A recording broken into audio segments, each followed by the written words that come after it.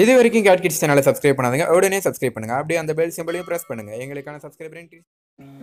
Hello viewers, 2 வருட தடையை கடந்து இந்த வருட களத்தில் இறங்கிய சென்னை சூப்பர் கிங்ஸுக்கு ஆரம்பத்திலிருந்தே ரசிகர்கள் தங்களது ஆதரவை கொடுத்து வந்தனர். இதன் நீட்சியாக நேற்று முன்தினம் நடந்த ஐபிஎல் இறுதிப் போட்டியில் சென்னை அணி 3வது முறையாக கோப்பை வென்று சாதனை படைத்தது.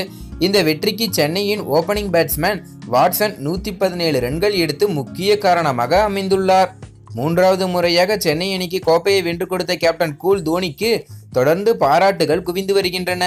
இந்நிலையில் இயக்குனர் விக்னேஷ் சிவன் தோனியை பற்றி என்ன கூறியுள்ளார் தெரியுமா? தோனி என்றாவது ஒரு நாள் இந்தியாவின் பிரதமரானால் எப்படி இருக்கும்?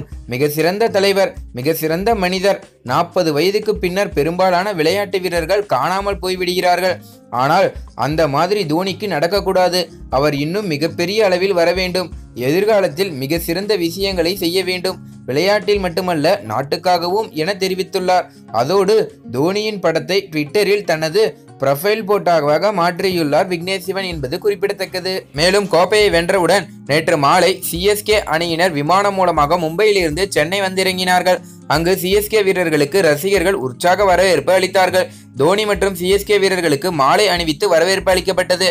பாதுகாப்பு காரணங்களுக்காக பழைய விமான நிலையத்துக்கு வீரர்கள் அழைத்து வரப்பட்டார்கள். பிறகு அங்கிருந்து நட்சத்திர விடுதிக்கு அவர்கள் அழைத்து செல்லப்பட்டார்கள். மேலும் விக்னேஷ் சிவன் கூறியது போல் தோனி அவர்கள் பிரதமர் ஆனால் எப்படி இருக்கும்? தோனிக்கு அந்த தகுதி இருக்கா இல்லையா என்பதை கீழே கமெண்ட் செய்யுங்கள். மேலும் இந்த தகவல் உங்களுக்கு பிடிச்சிருந்துச்சுன்னா மறக்காம லைக் பண்ணி ஷேர் பண்ணுங்க. மேலும் இது போல பல தகவலை தெரிஞ்சுக்கொள்ள நம்ம சேனலை உடனே சப்ஸ்கிரைப் பண்ணுங்க. தேங்க்யூ.